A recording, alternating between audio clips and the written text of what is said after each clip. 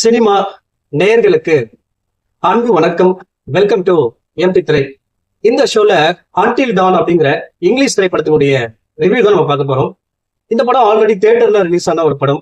இப்போ ஓடிடில அவைலபிளா இருக்கு. அதுவும் ஓவர்சீஸ் ஓடிடில தான் அவைலபிளா இருக்கு. இப்போதைக்கு தமிழ்ல அவைலபிளா இல்ல, இங்கிலீஷ் சப்டைட்டிலோட அவைலபிளா இருக்கு. இந்த படம் வந்து பாத்தீங்கன்னா ஒரு வித்தியாசமான ஒரு டைம் லூப் ஆரர் த்ரில்லரா இந்த படத்தை கொடுத்துருக்காங்க. ஒரு வித்தியாசமான கேம மையமா வச்சு இந்த படத்தை எடுத்திருப்பாங்க.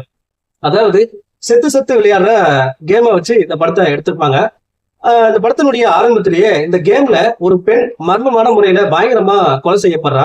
சோ அந்த பெண்ணுடைய சிஸ்டர் தான் என்ன பண்றா அப்படின்னா தன்னுடைய ஃப்ரெண்ட்ஸ் எல்லாரையும் சேர்த்துக்கிட்டு தன்னுடைய அக்காவை தேடுறதுக்காக போறா. அப்படி தன்னுடைய அக்கா கடைசியா போன இடத்த ட்ராக் பண்ணி அந்த இடத்துக்கு போய் சேர்றா தன்னுடைய ஃப்ரெண்ட்ஸோட.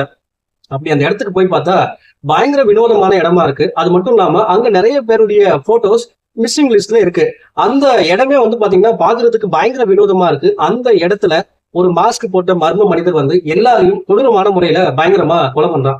இதோட படம் முடிஞ்சு போச்சு அப்படின்ற மாதிரி நம்ம நினைக்கிறோம். அதான் இல்லைங்க. அங்கிருந்து மறுபடியும் எல்லாரும் ரீஸ்டார்ட் ஆகி வராங்க. சோ இந்த ரீசைக்கிளிங் அப்படிங்கிறது எப்படி பிரேக் பண்றது, இந்த கேமுக்குள்ள இருந்து இறுதியா எப்படி வெளியே வரணும், இந்த கேமுக்குள்ள இருந்து வந்தாங்களா இல்லையா அப்படிங்கறதா இந்த படத்தினுடைய மீதி கதை. இந்த படத்தை பத்தி ஆலோசனை அப்படின்னா, இந்த கேமை டிசைன் பண்ண விதங்க, அதாவது ஒரு இன்ட்ரெஸ்டிங்கான ஒரு டைம் லூப்பா டிசைன் பண்ணிருப்பாங்க. அது மட்டும் இல்லாம இந்த கேம்ல இருக்கிற பெரிய அட்வான்டேஜ் எல்லாம் என்ன அப்படின்னா, எல்லாருமே வந்து பாத்தீங்கன்னா ஒற்றுமையா இருக்கணும். அப்படி ஒற்றுமையா இல்ல அப்படின்னா ஒருத்தர் செல்ஃபிஷா முடிவெடுத்தா கூட என்ன ஆகும் அப்படின்னா அந்த கேம்ல இருக்க மற்ற எல்லாருக்குமே மிகப்பெரிய ஆபத்தா போய் முடியும் அப்படிங்கிற மாதிரி கொண்டு போயிருப்பாங்க.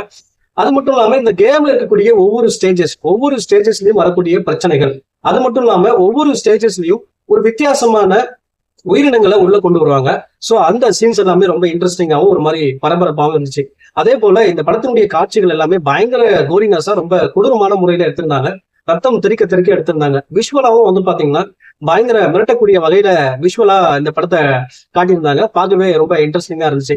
அதே போல இந்த படத்தினுடைய கிளைமேக்ஸும் ஒரு மாதிரி நீட்டா முடிச்சிருப்பாங்க. டு பி கண்டினியூ அப்படின்ற மாதிரி அடுத்த பார்ட் 2க்கு வந்து லீட் கொடுத்திருப்பாங்க. அதுவுமே வந்து பாத்தீங்கன்னா இன்ட்ரெஸ்டிங்கா அமைஞ்சது.